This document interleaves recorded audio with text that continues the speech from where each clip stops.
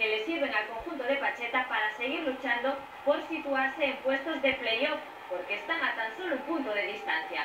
La mala noticia fue la lesión de Óscar Martínez, que a falta de más pruebas sufre una distensión en la pierna izquierda.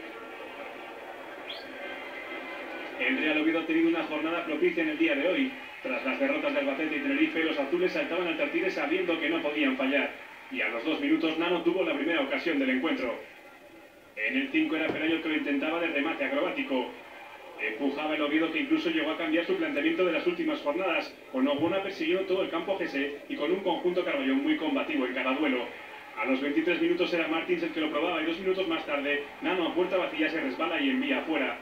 A partir del minuto 30 el campo llegó a los suyos a por la victoria y dicho y hecho, Óscar Martínez aprovecha un regalo de la defensa y bate magistralmente a Jesús.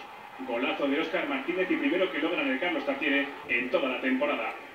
Antes del descanso el Oviedo todavía pudo ampliar la ventaja con un lanzamiento de Pelayo que impactaría en el palo.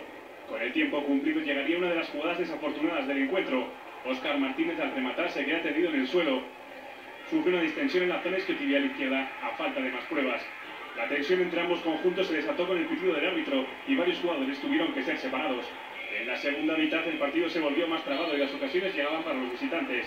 Los de Toril no sabían el resultado entre el Lugo y el Rayo B y luchaban por ser campeones del grupo.